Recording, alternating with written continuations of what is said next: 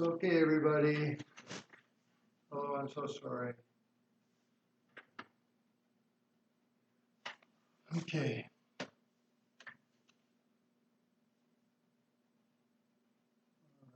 All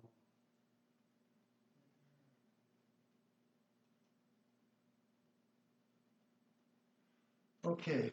So first, we're going to take refuge and such. I do it in Tibetan because it's where I memorized it. Sangye chodan zogi chodan la chanju baru dani gazo che doge choshin ewe zonegi rola vendor sangye dru barjo. Sangye chodan zogi chodan la chanju baru dani gazo che doge chen zogi ewe zonegi rola vendor sangye dru barjo. Sangye chodan zogi chodan la chanju baru dani gazo che doge chen zogi ewe zonegi rola vendor sangye dru barjo. So she bogi George Miro Damri Rattling Genie Del Gimwadi Sange Shingdu Mige Buwargi Droga Nanda Shima Juvarjo Idam Guru Ranamandala Kamir Tayami. Okay, so welcome to the class of sort of, you could call it a jumper review of how to practice Tantra. It is based on the teachings I received, and it's also based on my years of practice. I'm not claiming it's perfect. I'm sure if there's a scholar or even a very good yogi, they might say there's a few flaws, but basically I don't think it's wrong. So first, of course, because you're participating, I would like you to reflect on your motivation a little bit. And when I talk about motivation, what I'm referring to is this thing that, yeah, I'd like to become a more enlightened individual. That's great. I'd like to, you have some spiritual abilities or something like that. But what you want is to put a little bit more emphasis towards, well, why? And so think of, for example, your mother, your father, brothers, sisters, the people you live with, and say, gee, it'd be nice if I could offer a more enlightened relationship to them. So with that thought in mind, then basically say I'm attending this class today with that thought in mind, that I'm not doing it just for myself, I'm doing it for the benefit of others too. That way, it's sort of interesting, you might say, oh, this is so interesting, I want to participate. It's all about you. Whereas, if you say, oh, well, there's this person in my life and they have a lot of trouble and, I don't want to, be dogmatic or evangelical, but I'd like to really, inspire them in a spiritual direction. So, okay, so, and when you think of them, there's sort of a change that goes on inside of you, something like, I don't know, it's just literally compassion, love and compassion. Then when you participate in the class, you actually are say, accumulating something similar to bodhicitta, and not that, bodhicitta is a big thing. So I would always like to say, just, think of like, well, may I become more enlightened and finally completely enlightened, and I'm doing it for the benefit of more than just myself. Okay, so with that thought and motivation now, supposedly you all have tantric initiation, so I'd like you to also identify yourself as a deity. That is considered a more powerful way to participate in the teachings. Now, I want to review what we covered last week a little bit because it leads into now the subject of this week, which is highest class Tantra. And highest class Tantra is very special, very unique, and very, let's say, powerful, but more like very profound.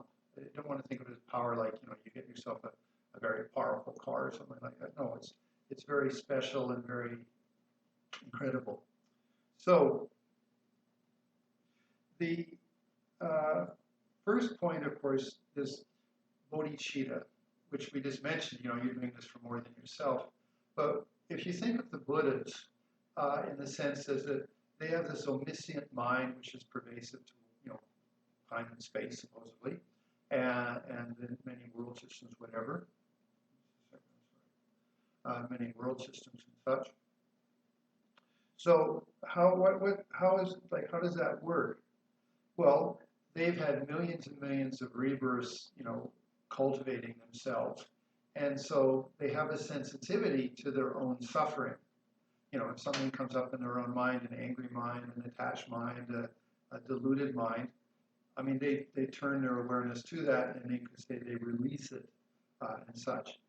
But I like to think of it as, no, they bring it into enlightenment, which is releasing it of its delusions. Now, if you do that with yourself, but you have the idea of it's also for the benefit of all sentient beings, I mean, it's not just about you, then you automatically have a quality, which is empathy.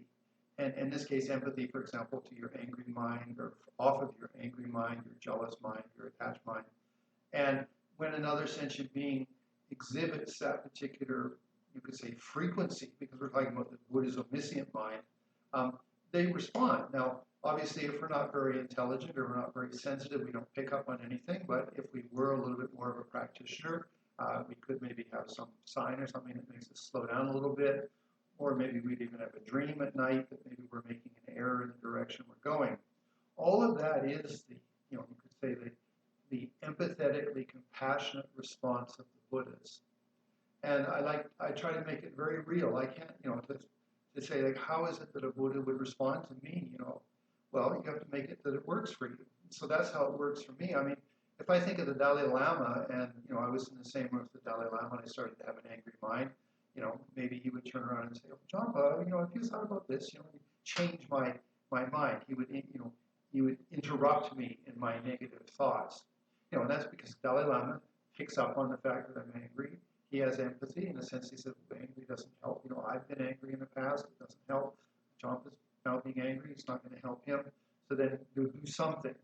So again, the Dalai Lama, if I was in the same room with him, he would certainly have, the ability to say, hey, Jampa, have you heard this neat story? Or something. Catch your mind and move it in a different direction. Now, so anyway, that's an example. Then make it that the Buddhas are omniscient and such. So if you have a very good practice, like Tsongkhapa could have direct visions of Manjushri, maybe Manjushri would intercede. Obviously, you're rather holy at that point. But I certainly think our dreams would be a good way to sort of get a signpost that you may be going in the wrong direction. So anyway, what we're talking about is bodhicitta, though, that you don't look at your delusions as being, evil. You look at them as a cause of suffering and therefore the object of compassion. If you do it that way, you are automatically bringing all of your delusions into enlightenment. So therefore, bodhicitta is so central. It is so important. And that is this attitude of, may I bring myself and all sentient beings into enlightenment? Well, what would that mean? That means, may I work on my delusions, and as I'm working for them, I have an open mind, an open heart. I'm empathetic towards others because I'm getting more sensitive. And so therefore, may I help others? And if it's difficult, may I have patience? If there's an opening in their consciousness, may I in some way intercede? And they might say that depends a bit on our intelligence. Okay, so first, bodhicitta. Now, if you look at the graduated path to enlightenment with the initial scope, middle scope, and great scope of spiritual practice, all of those are basically things to help us practice. It's like the medicine.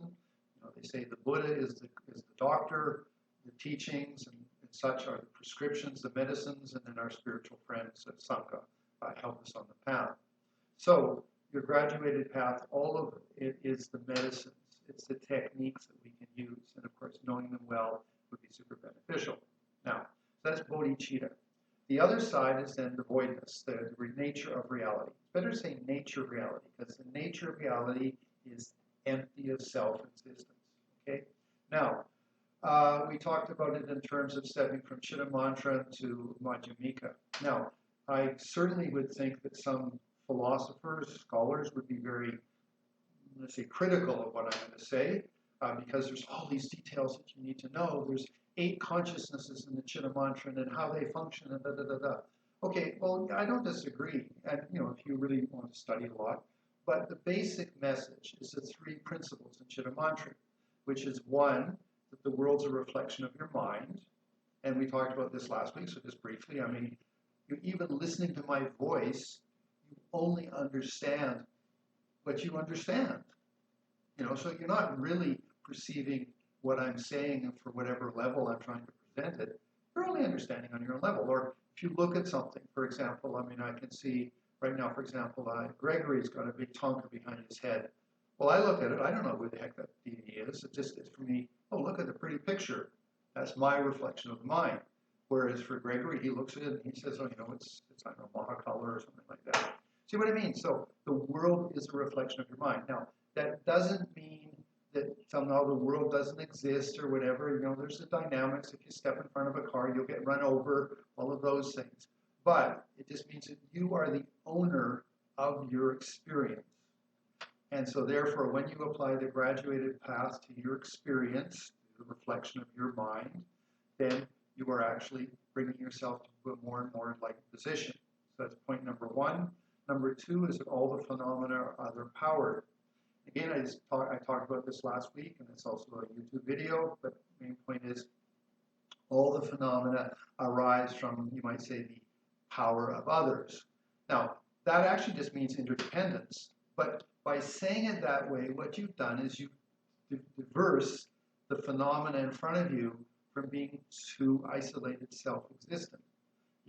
So for example, Tim, if I look at Tim is other powered, okay? Well, Tim is other powered because he needed a mom and dad.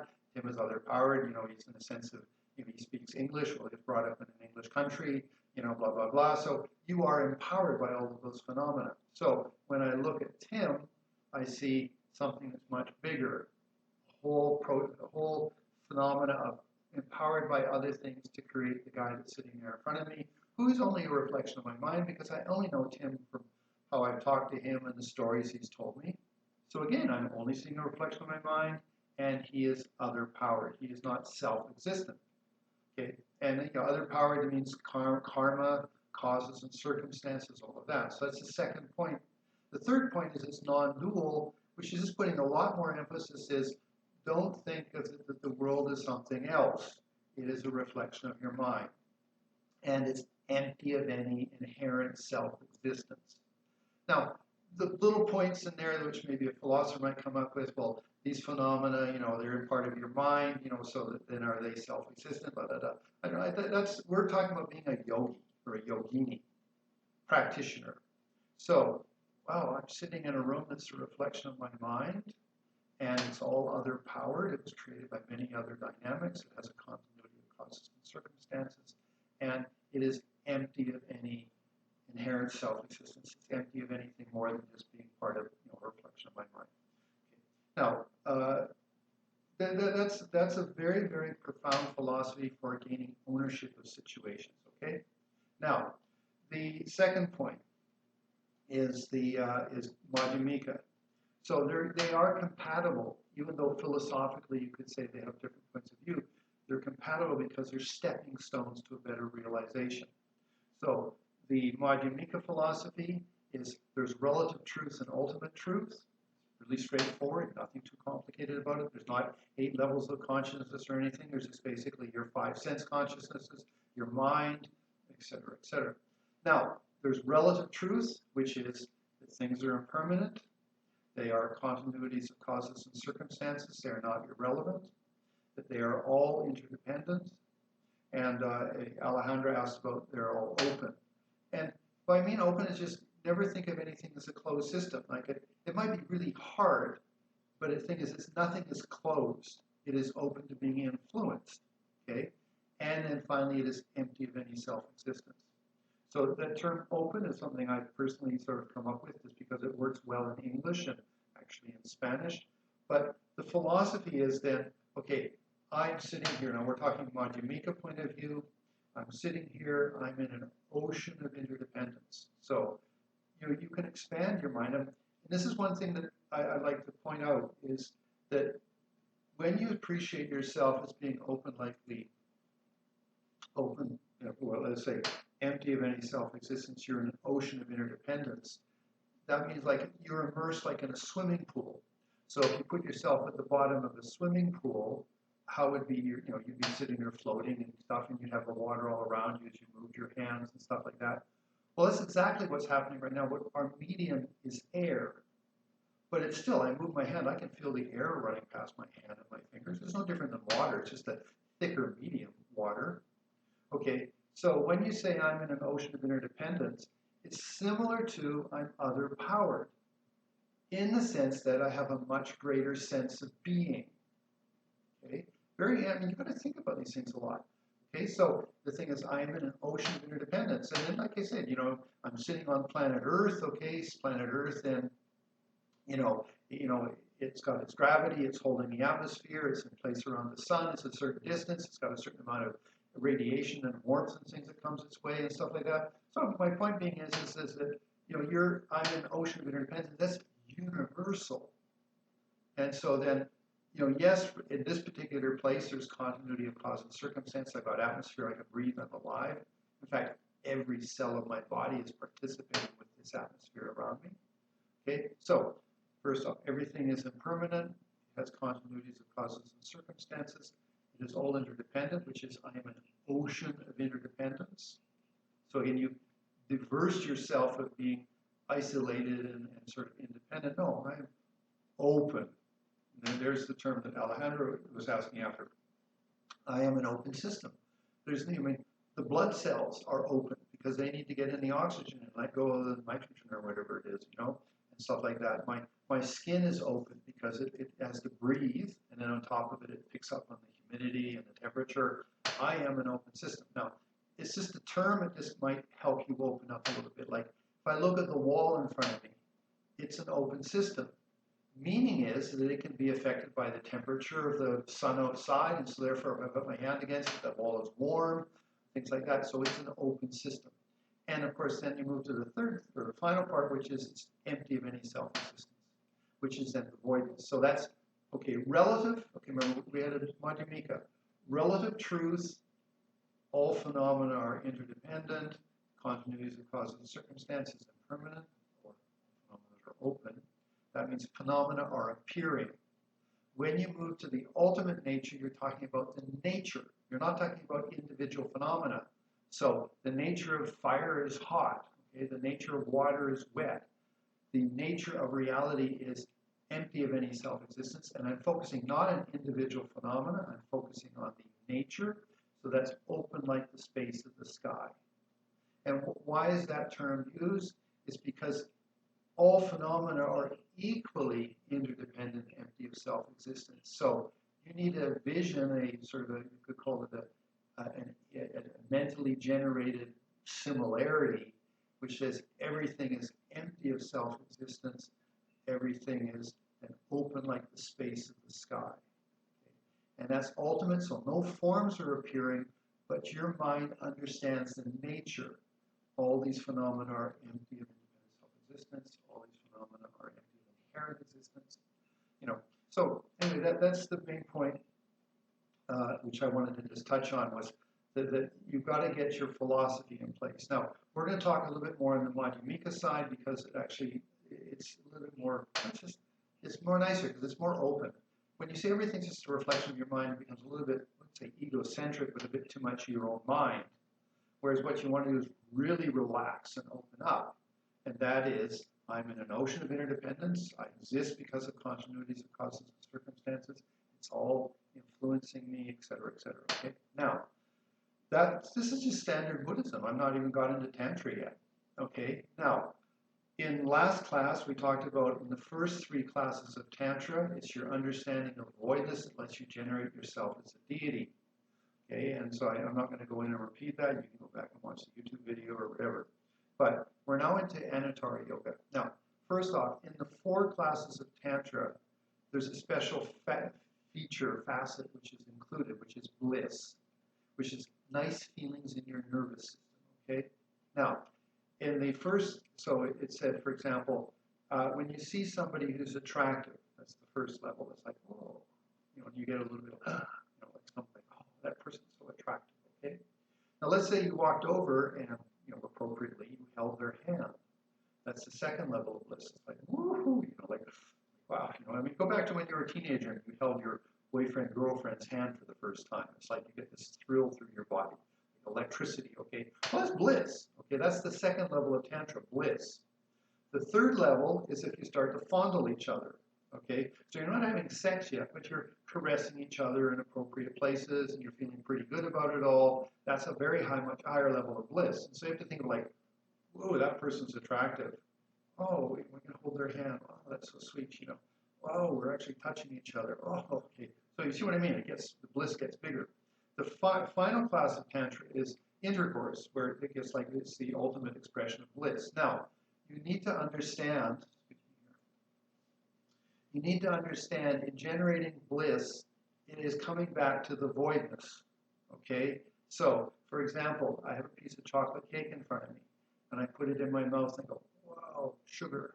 I'm trying to go on a sugar-free diet right now, just in case you know. Anyway, it's okay, so chocolate, wow, you know. Okay, bliss. So the normal mind says, chocolate in my mouth, feels really good, bliss, I want more chocolate. That's the cycle. And then, of course, you get craving. And then throw in, I don't know, addiction from, you know, substances and stuff like that, whatever. Okay, but it doesn't really matter. Okay, that's the normal route of bliss. In this case, okay, you generate bliss and you need an object, okay, because we are a sensual being. So let's say you see somebody who's attractive and you get bliss, but instead of going, oh, I want that person, you go open, empty of self-existence. Now, it takes practice. You have to practice a little. You have to train yourself a little bit to go in that direction. But Lama Yeshe was spectacular in that regard. I mean, he would, you know, I remember once he went to Delhi and he was in an ice cream parlor and he was in bliss. Oh, it's so delicious, you know. I mean, I don't know. I mean, in Canada we have moose tracks or, you know, I don't know, whatever, you know, Reese's Pieces or something like that in your ice cream. Of course, you know, loaded with sugar. Okay. But anyway, point is, so bliss. So, but for him, his bliss, it went into that I'm empty of self-existence. I am open like the space of the sky. Now, obviously, if you're in the relative level of truth and you feel something blissful, you then say, you know, empty of self-existence, continuity of cause and circumstances, it's all interdependent. So your bliss is mixing with that relative perception. If you had an opportunity to shut your eyes and then experience the bliss, then you could say, I'm empty of any self-existence. Now, Lama Yeshe had an interesting commentary about this. Again, he was a spectacular yogi. You should never doubt that.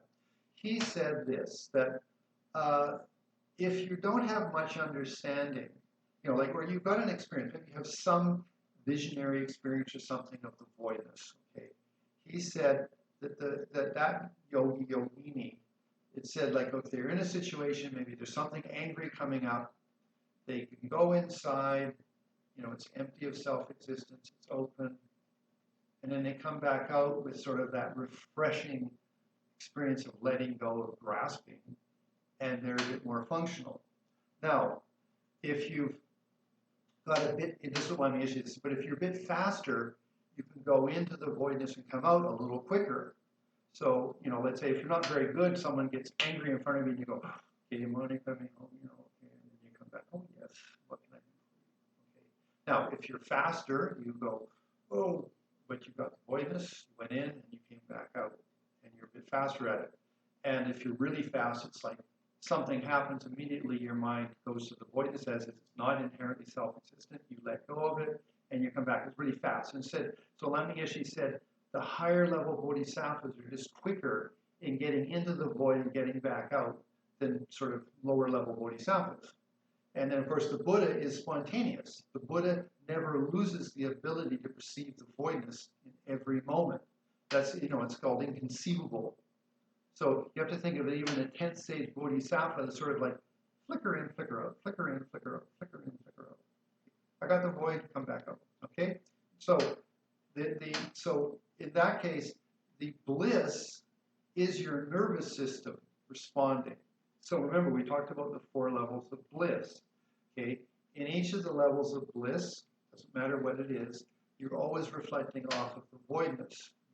You feel something blissful. And it's good to do that. Like, I mean, sit down with, I don't know, a piece of chocolate cake, a nice latte, a nice, I don't know, drink of some sort or whatever, or even someone caresses your face or whatever, just whatever it might be, let that happen. And then say, okay, empty of self-existence. You know, get yourself, you know, train yourself a little bit in mundane ways.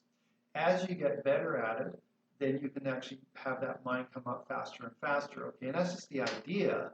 Of course, then if you practice enough, you might actually get an experience, like a path of seeing, and then it becomes much more alive for you. But that is that your nervous system's bliss, like the electricity that goes, whoa, that was pretty good, that then goes to the voidness. It doesn't go to samsara. And one of my gurus, I can't remember his name, I'm getting old, I can't remember names. He said that it's like if you have a tree and two branches, and the branches are being blown together by the wind, they rub back and forth. If they rub enough, they'll actually start a fire, and both of them are burned. So in that example, the thing is, if your mind is always with bliss, good feelings in the nervous system, you're always going to the voidness, you're burning them both. And then finally, you are just blissfully in the voidness. There's no duality in that. That's the thing. So we haven't got to deities yet, but we've got the philosophy behind the deities, okay? So we're in Madhyamika philosophy, that I'm in a relative truth, I'm in an ocean of interdependence, it has continuities of causes and circumstances, it's all impermanent, all the phenomena in this universal ocean of interdependence is open, empty of any self-existence. Okay? So that there's your philosophy. Now that is mixed with blissful feelings, as I described, which you then, if we're practicing a little bit, like you have your nice cup of tea and it goes in your mouth, oh, the flavor, maybe a nice smell of the tea or something. You go, okay, wow, empty of self-existence. You practice, you train yourself that way. Okay. Now, so you start to get a little bit more proficient. I am totally of the nature of benefit. I'm empty of any inherent self-existence, and it's all blissful. Now you're practicing Tantra, okay? And then, of course, you do that with the often being an aspect of a deity. So remember that it's not your mundane self, so you don't reflect back on, just me, my ordinary guy, I'm from the United States, I'm from Mexico, I'm from Canada, or whatever. No, you're reflecting off, I'm a deity, and what I came out of the voidness. Now, this is high Tantra, fourth class of Tantra. It's the three kayas. Okay, sorry, I've got three fingers there. So Dharmakaya, Sambhogakaya, and Nirmanakaya, that is death, burial, rebirth. Okay, so those are the ways that you manifest. Now, that is only in Anutara Yoga, highest class of Tantra. In the three lower Tantras, you could not use that. So you use your imagination. I'm empty of any self-existence. That means that with a sincerely felt motivation, I can animate myself as a deity, because my old form is not inherently existent. It is open to changes. And if I implement a strong enough attitude that may I be of benefit to sentient beings, I am the deity, I am Tara, and maybe you have a nice karmic connection with Tara. You really identify with Tara, or maybe you have a nice connection with Vajrasattva or Avalokiteshvara or whoever the deity may be, then it becomes much more smoother. You get really quite enjoy it.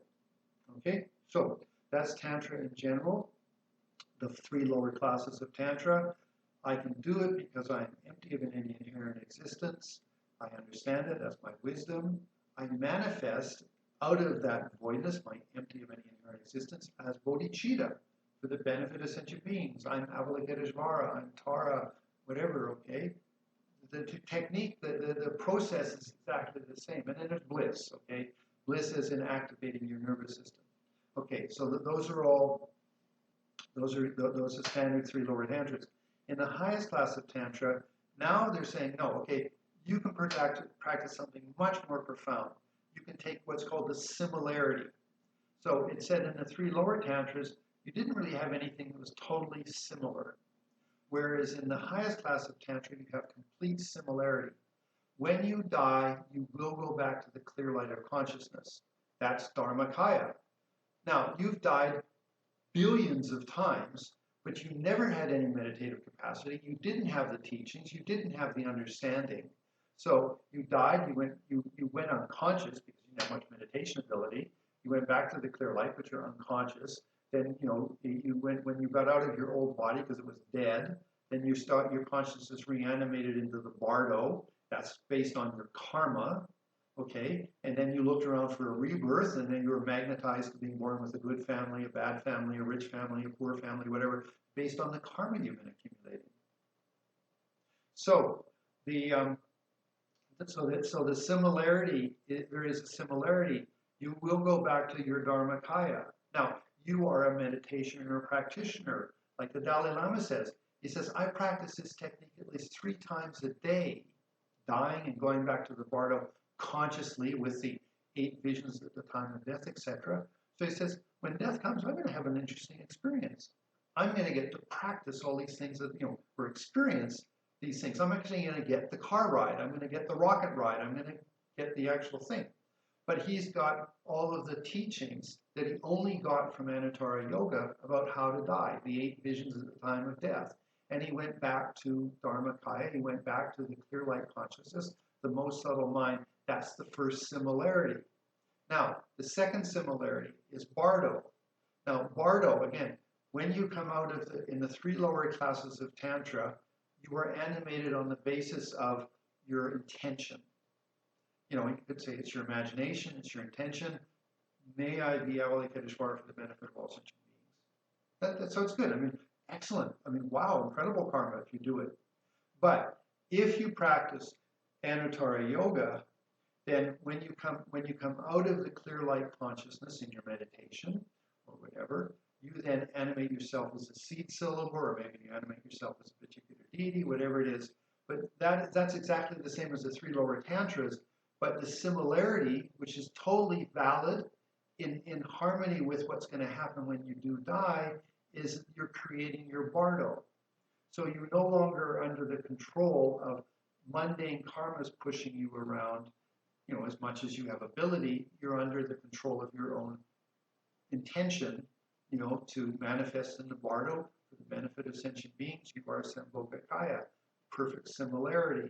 But again, depend on capacity, power of your consciousness, power of your meditation, etc., etc. Okay, then the third similarity is Nirmanakaya. Nirmanakaya is taking a rebirth, manifesting for the benefit of all sentient beings in a course level.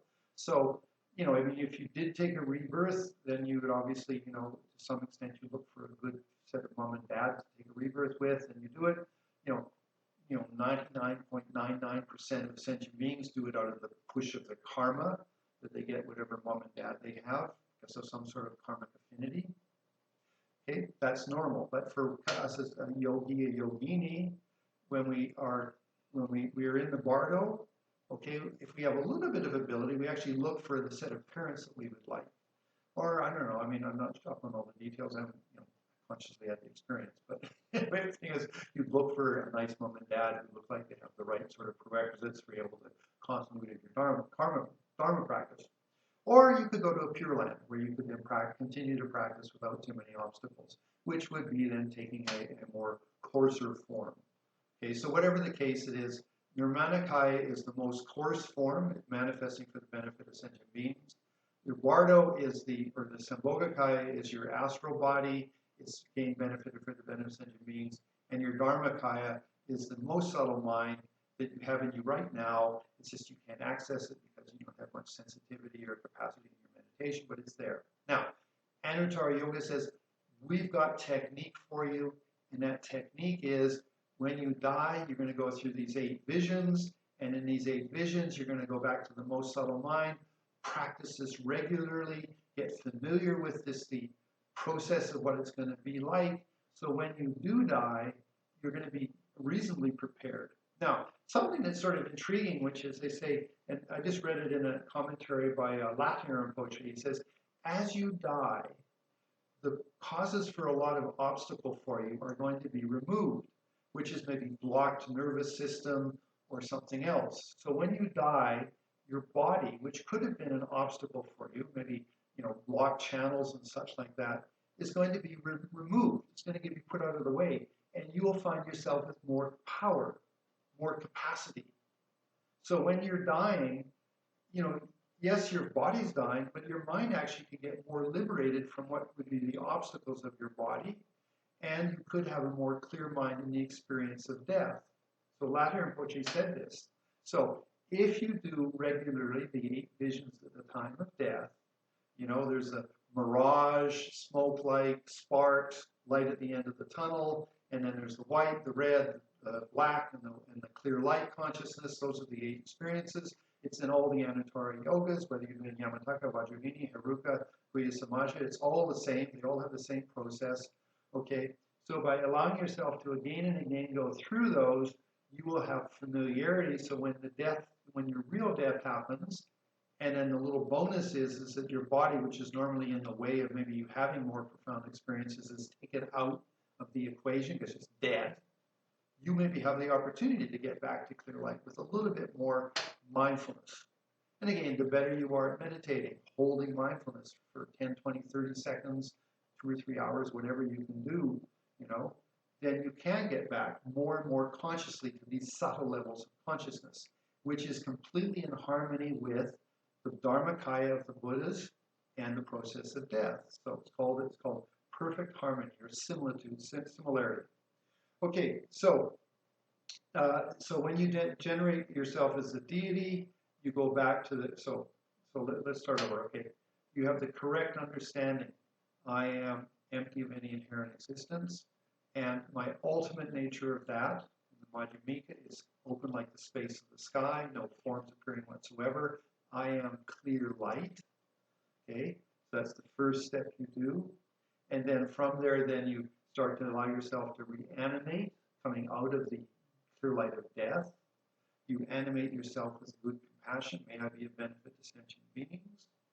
So therefore, that starts to manifest. You come with a seed syllable or whatever it might be in the particular tantra you're practicing.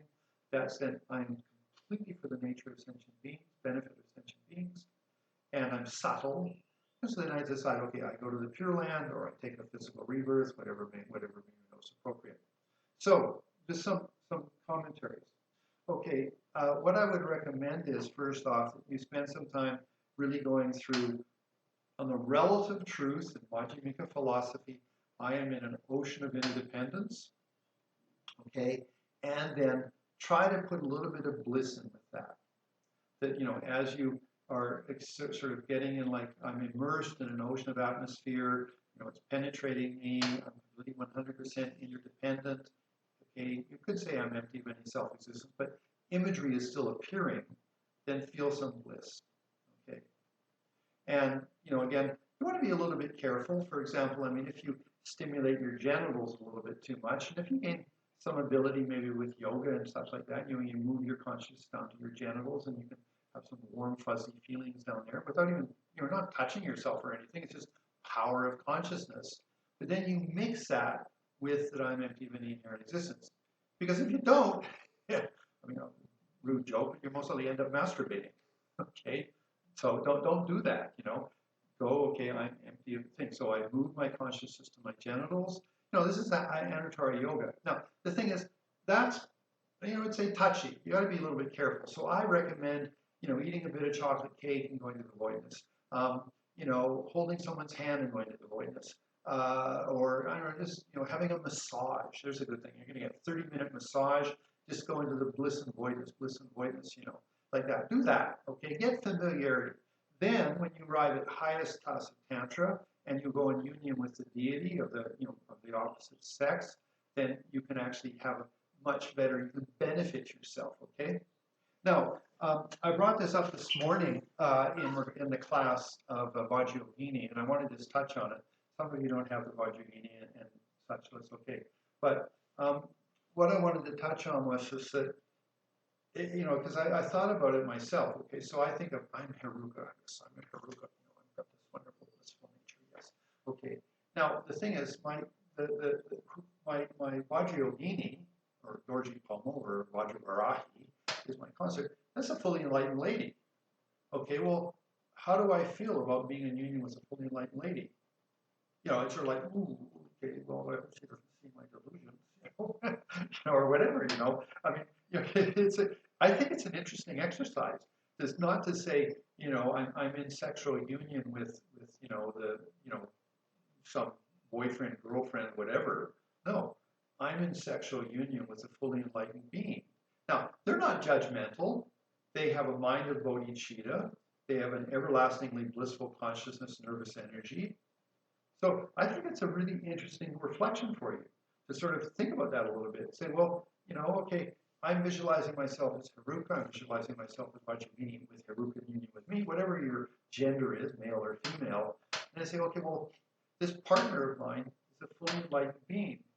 Okay, and so then what do I need to be? I need to be fully enlightened too. So you try to generate that state of being, which is bodhicitta and sunyata, bodhicitta and avoidance, okay? It's what it is. It's not something different than that. Now, of course, a Buddha is radiant, it's like 100% enlightened, so it's beautiful.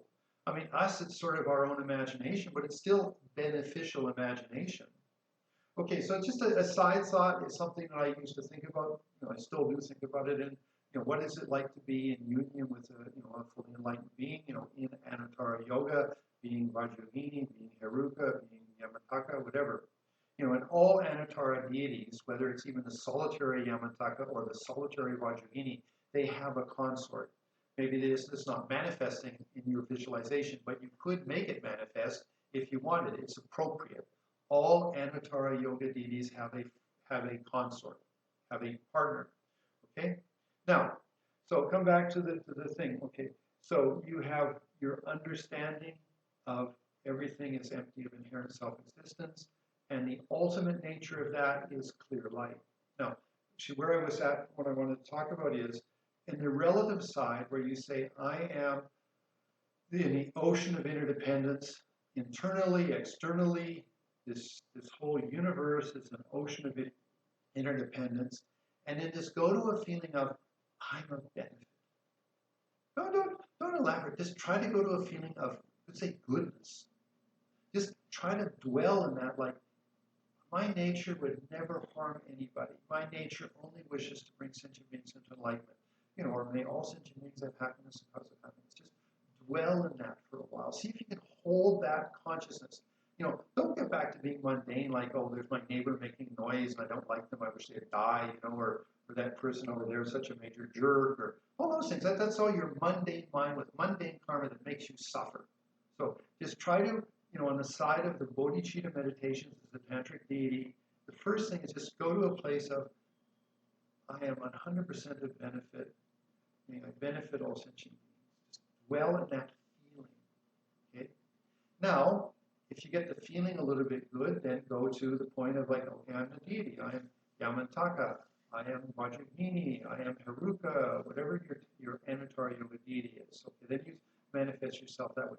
That's just bodhicitta. Now then say, okay, but I'm also empty of any inherent existence. I am an ocean of interdependence.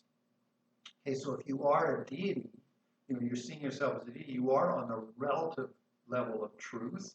Phenomena appearing, okay? So you say an ocean of interdependence. So the example I give often, for example, in the 10-day retreats, it's like I'm a stick of incense, and I'm burning, and the perfume, the fragrance that's coming out of me is a benefit. Now it goes wherever it needs to go for whatever sentient beings need help. And so you dwell in this, like, I am the nature of benefit, and I am like, the smoke of the incense. It goes to all parts of the room. Is interdependent. It changes the quality of the room, makes the room more fragrant. That's like my bodhicitta. So that's relative bodhicitta. Sorry. That is relative bodhicitta, and relative bodhicitta has forms and dynamics appearing in them, okay? Then, if you want, you then go to ultimate bodhicitta, and that's open light to the space of 5. No forms are appearing anymore. Now, in both of those, again, generate a little bit of positive feeling, good feeling, nervous energy feeling. Okay, I'll give you an example. You do 100,000 Vajrasattva mantra, or you just do the Vajrasattva mantra. You do it to clean your nervous system, your physical nervous system. Now, also, you're cleaning your negativity, the past negativity, things you've done, all of that. That's really important. But the other side of it is you're actually cleaning your physical nervous system. And so therefore it's easier to generate blissful feelings. You just go into your imagination and you can generate wonderful blissful feelings because your nervous system is being cleaned up. Okay? So what you want to do is you understand that I'm in an ocean of interdependence, relative truths, I am the deity, and it feels good. That feels good, yes. That's bliss, rather mundane level, but it's still bliss, and then slowly jack the bliss up so that it's more and more special. To finally, you could say, complete unification where you are in union with the deity, but it's all bodhicitta. it's all blissful, it's for the benefit of all sentient beings, and it's empty of any inherent existence. Pretty nice. I mean, I tell you, that's so, Tantra, Anutara Yoga Tantra is so incredible. It's not just a mundane thing, it's not just fantasy imagination, it's so unbelievable. You guys are all so lucky to be able to have that teaching and to have that practice, okay? So, what we have then is that we have, okay, to start off, I'm going to review what I presented. I talked about bodhicitta.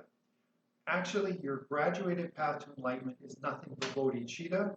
You could say it's bodhicitta applied to yourself.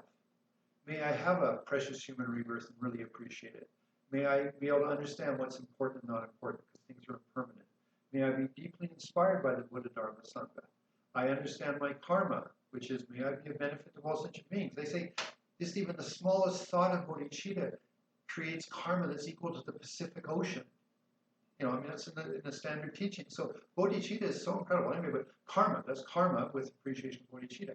Then I work on my delusions. But in this case, I don't reject and have fear of my delusions. I say, wow, my anger is a cause of my suffering. And suffering is an object of compassion.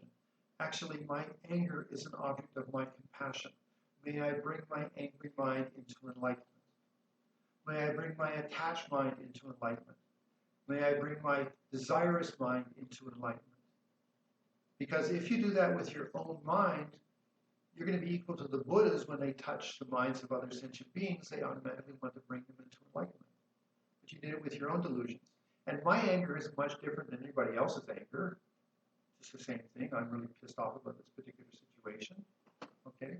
Anyway, so long and the short is that I started off with bodhicitta. Okay, and your bodhicitta is the graduated path to enlightenment. Okay. Then we talked about voidness, and I did mention Chitta mantra philosophy is really, really good. That's always good to go and reflect on. But the other side of it then also is that Majjhimika is a little bit more profound, a little bit less, I'll say, egocentric in the sense that it's not just a reflection of my mind. I mean, it is, but the Majjhimika says that this is a universe of interdependence, and it's all merely labeled. I see the door, okay, I see a phenomena. It's only being able to hang there because of its interdependence with the wall and the fact that a factory made it, blah, blah, blah, blah, blah, okay? But it's door, and it's an appropriate label. Okay, so that's where the Majjhimika, it is the world's a reflection of your mind, but in this case, you're just phrasing it differently. It's saying it's only merely labeled. Interesting. Again, the more you study, the better, the easier it is to understand the things I'm saying. But anyway, again, it's not that complicated. Okay, so Majjhimika philosophy, again, ocean of interdependence. You have the easy part with Majjhimika is there's either relative truth or ultimate truth. Relative truth is a vast ocean of interdependence. Ultimate truth is empty of anything appearing, open like the space of the sky. And then, okay, that's your standard graduated path to enlightenment, sutra practice, whatever, bodhicitta and wisdom. Okay, then you move to Tantra. Tantra, the thing that you're adding primarily is exactly the same voidness, no difference there. Exactly the same bodhicitta, no difference there. But you're asking blissful feelings. Helps open the mind up. You know, I mean, it's so much easier to meditate when you're happy, which is a blissful feeling. You know, it's so much easier. And so it's so much easier to deal with things. Like if you've got a really good feeling going on and someone comes in and they're totally pissed off, if you can maintain your good feeling, I mean, not like you laugh or something, but you just sort of maintain, you're basically bulletproof. You know, it's until they get into you and mess your head up that you then lose it. But the thing is, if you can maintain like an inner blissful, Lama Yeshe, Lama Yeshe is such an inspiration for practice. Lama Yeshe said it this way. He said, if your inner bliss is greater than the outside object, phenomena, you won't have any problems. He lived in those experiences. He was such an incredible man. So point is, anyway, you as a deity, whether it's Kriya, Karya Yoga, or Anutara Yoga, all of them have happy feelings, positive feelings, good feelings in the nervous system. Okay, so what you do is you take your standard wisdom and bodhicitta, and then you add bliss in the aspect of being a deity. And again, you can manifest as a deity because one, you got the initiation. Two, you are empty of any inherent existence. You can manifest yourself as a deity because there's nothing to obstruct you from that. There's nothing that's inherently existence which says, no, you cannot do that. Okay, nothing is there. Okay, so that's the material I wanted to cover, and I gave you a few interesting foods for thought, food for thought, which is one is start to try to have a blissful feeling and mix it with voidness. So remember, if it's relative truth, I'm in a vast ocean of interdependence, like I'm immersed in a swimming pool. I'm down at the bottom of the swimming pool, and I'm sitting there, and the water's moving me around, and like that. And if I have a blissful feeling, I'm empty of any inherent existence. I'm in an ocean of interdependence. You know, like however you want to do it, like you play around with your own mind. Okay, so you start to get blissful feelings, whether it's eating a piece of chocolate cake, drinking a nice cup of jasmine tea or something, or whatever. You know, holding someone's hand. It's all empty of inherent self-existence. And if you go to the ultimate, that's open like the space of the sky, then I gave you the example last week, which was you jump out of a jet at 30,000 feet, you're in this clear sky, your body, the jet, keeps going, and you are just open like the space of the sky, clear light. And if you want to know the nature, like if you want to have an example of clear light, you're all looking at your computer screen. Well, just move your focus back like, I don't know, 12 inches or 20 centimeters. That's clear light. You've got to sort of have something to say, whoa, I never thought of that, But you're sitting, because you're all in rooms with light in it, you're all sitting in a room of clear light. Now, if you happen to have a red or a green light bulb, okay, then you've got colored light. But if you're just in a standard room with standard light bulbs, you're in a room full of clear light. That's your mind. That's your ultimate mind. If you got subtle enough, if you could refine your mind down. Okay, and then that's why we have the death, bardo, rebirth, 8 visions at time of death. So now, what I would recommend is I'm going to post this on YouTube, and to be honest, like I'm just rambling, and maybe some of the ideas are sort of intriguing for you, and you sort of catch some of it. But what I would recommend, and actually I did it myself the day after I did the talk last week, is I sat down and I played it, and then I would stop at a certain point and I'd think, well, okay, did I say that right? Did I say it a little better? And then I'd go another like 2-3 minutes, stop the video, and then watch that. So that way I could have a better chance to digest what was being presented. And as I say, I did it for myself just to make sure I was presenting the information fairly well. So now, having said all of this, that concludes this class, but we have time for questions and answers. So you are all muted. If you want to ask a question, unmute. Oh, no, actually, someone pointed out, you can put your hand up. I don't know there's a button somewhere here where you put your hand up. I don't know where it is. Okay, it doesn't matter. Just turn on your microphone if you have a question. If 2 of you do it at the same time, one of you be polite and turn your microphone off.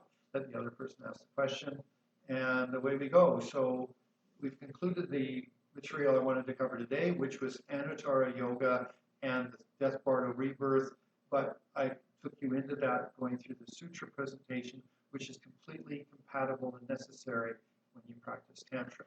So I finished talking, so if there's any questions, just click on your little microphone button, unmute yourself and ask a question. If you don't, I'm going to go off and spend time with my beautiful wife.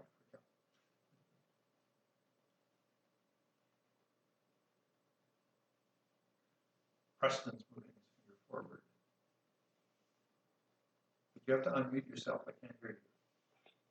There you go. Hello? Okay. Who's talking? Hey, Jampa. Yes. Yeah, I'm wondering if you could elaborate a little bit more on the origins of Vajrayogini. If there's, I'm just curious if there was anything before her, before she came to the Tibetan canon. I don't know if I'm sidetracking too much, but maybe you can answer that. If there's anything. Well, I would actually recommend, okay, so to answer you, I would recommend reading The Warm Breath of the Dakini. It's something I think by Sutra Malioni or by another lady. There's also another book by Sutra Malioni about, the female tantras. So all I can say is that the Vajrayogini is the innermost essence of the Heruka Tantras, and the Heruka Tantras are considered the most profound in the generation of the bliss and the voidness. I mean, all Tantras are good. You should never think that some of them aren't good. Yamataka's great, Samaja. But Haruka is considered very, very special because it works with the body mandala and the inner essence, the sort of like the real core of the Haruka Tantras is Vajrayogini. So I think that's sufficient to know is that if you practice Vajrayogini, you are practicing the most profound and subtle of all the tantras of the Haruka Tantra, the Haruka Chakravartin Tantra. That's good. As for your question, I think it's more appropriate that you basically read some biographies and read those different books, which Sutra Leone would be really good. She's a woman, she's living right now at the Tara Mandala. She's published a few books about Tantra and stuff and about female Tantra. So definitely a good read, okay? Okay. So, are there anybody else have a question? Oh, Safu. When you're reborn birth, are you still you? What happens to all the practice studies you've done in your life? Will you be carried into your next life? Okay. You will have the inclination of this rebirth, but it's hard to say that you'd actually have the details. Now, if you were really a quite high level bodhisattva, you would possibly have memories that you were a Buddhist practitioner in your previous life. But I mean, hey, you're 2 years old, 3 years old, 5 years old. You don't have much opportunity to express yourself. So chances are, as you get a little older, you're going to forget a lot of your past lifetime stuff. But if you did a daily practice in your next rebirth, you're going to feel, I need to do something on a daily basis. So maybe it's read the Bible, I don't know, or do a meditation practice. If when you see a Buddhist statue, you always bow with reverence and think, wow, Buddhas are so special. You create very strong karma to the image of the Buddha. We're so lucky. There's lots of images of the Buddha. So again, I mean, there's something you can carry to the next rebirth. Then if you did have, some good yogic experiences in this rebirth, that yoga experience would be available for you in the next rebirth, but it needs circumstances. So for example, let's just say, you had a really good Dharma practice in your past life, okay? And then in this life, you meet a yogi or a yogini, somebody who is really like special, who has some sort of tantric abilities or something like that. You go off like a firecracker because you've got all this potentiality, you've got all this karma you've accumulated in this rebirth that is waiting for a right circumstance to be manifested in the next rebirth. So accumulating karma very conscientiously, having, very, very much seeing the Buddha statue and feeling very moved by that. A lot of people, which is interesting, is that they'll see a certain deity and they go like, wow, they say we really react to that. And so the thing is that that's karma.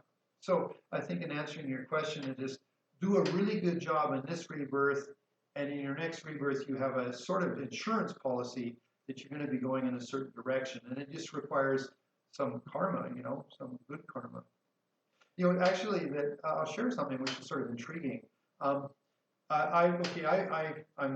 19 years old. I leave Canada. I go to India, and by the time I'm 20, I've met Lingam Rinpoche, and he becomes my main guru. Okay, so I practiced under him and felt very connected with him for about 6 or 7 years. Then at one point there was a clairvoyant, and this is a person that could do like these things, see the images in a mirror. And so I went to them and I said, okay, well, what's my karmic connection with Lingam Rinpoche? And there was a lady. She said, oh, I see you were a benefactor of Lingam Rinpoche in your last life. You were actually a Tibetan aristocrat.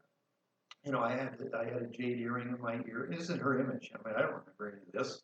I had a jade earring thing, and I had the aristocratic hat for me in Tibet. And I was his benefactor. So I said, wow, that's past lifetime karma. I obviously was very devoted to him and supported him and whatever. This rebirth, okay.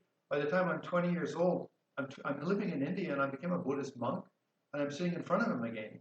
That's rebirth number 2. Then, of course, Lingam Rinpoche died, and now we have the next Lingam Rinpoche.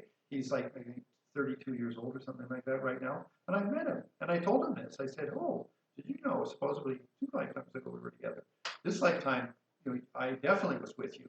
Well, when I die, please say prayers for me. Hook me back in. Okay. No, I don't know. I mean, I hope something like that happens, but I'm just sharing with you that there can be very interesting karma with this. And for all of us, there's 23 of us watching this. We all have some karma together. That's why we're here, you know. So anyway, the long and the short of it is do a really good job in this rebirth, and your next rebirth has a pretty good insurance policy that you're going to go in the right direction, okay? So here, okay, Alejandra. Okay, well, thank you, Alejandra. Okay, Chafon, gracias. Gracias is Spanish, but okay. Joppa? Yes, Hello. yes.